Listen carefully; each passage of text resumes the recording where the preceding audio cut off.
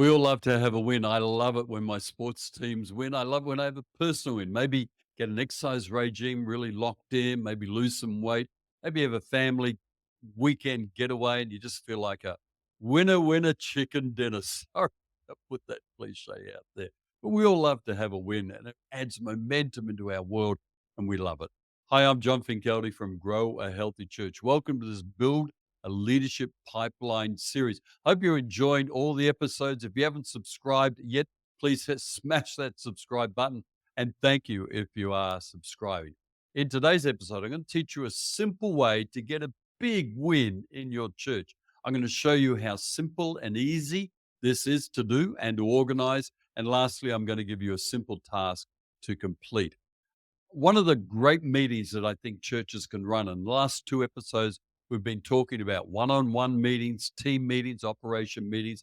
But I think one of the great meetings, and churches do a lot of these, and I know they're a real favorite of many pastors, many church leaders. I call it the all-in meeting. Now, people have all sorts of different names for it. And over the 30 years of pastoring in my church, we had all sorts of different, we called one of ours the movers and shakers meeting. Other times I've called it a leaders meeting. Then I got away from leaders and I can't remember all the names. Our pastor who took over from me in our church called it the engine room. I think it's all in now. I'm not sure what it is, but I like the phrase all in because all in gives you the win. This is a great way to create cohesion, alignment in your leaders. Now, when you run these meetings, and I encourage you to run these meetings every 3 months. So you're going to run about 3 or 4 of these a year. Not too many. You don't want to overload leaders with lots of meetings, always coming out to meetings. But what I like to do in these meetings is that I want to have everyone who's serving in the life of the church. So whether you're a worship leader, a children's worker, involved in men's ministry, a greeter on the door, someone in the cafe, whatever you're doing, it may be seasonal. You may help out during the Christmas or the Easter season where there's a special event on. You may run a conference or special seminar in your church that needs people for a couple of months and that's the end of their serving for the year, whatever.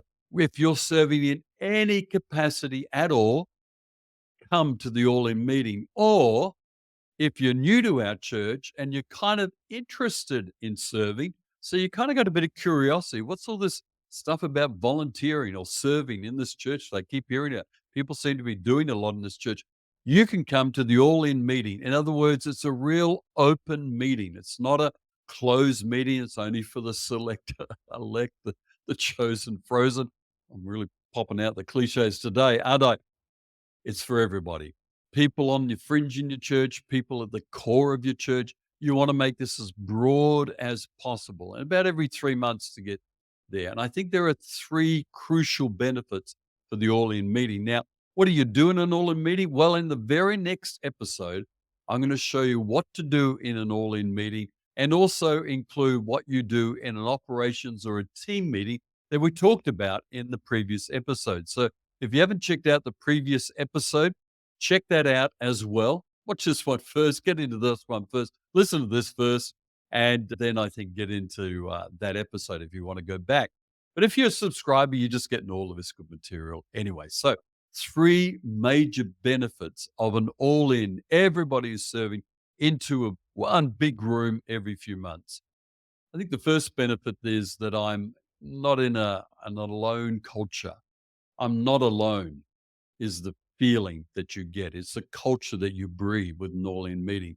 I'm not doing this all by myself. I'm not just with a little team in the kids ministry. I'm not just kind of banging my head against a brick wall with the blokes, with the men in the men's ministry. I'm part of a bigger crew. I'm part of a bigger team. It produces this culture of togetherness, oneness. We're serving the cause of Christ together. And I think there is something in connection, relationship, the old word fellowship. There's something of just when people come together, it tends to rub off them discouragement. It tends to wash off them that sense of, oh, what's the point? The sense of despair that can come in discipling at times. You think, are we really making a difference? And when you get with like minded people, you go, you know what? I'm actually not alone. I'm with others. We're part of a band of brothers, if you like, shoulder to shoulder. I think a second benefit is that it normalizes problems as people interact with one another. And as you share in the meeting, again, I'm going to give you in the next episode what to do in these meetings. But as you normalize problems, as people realize, you know what, I'm not the only one who struggles. I'm not the only one who has challenges. I'm not the only one who's facing a difficulty, a challenging time in trying to make my department get where I want to. And I think that's a huge win for people.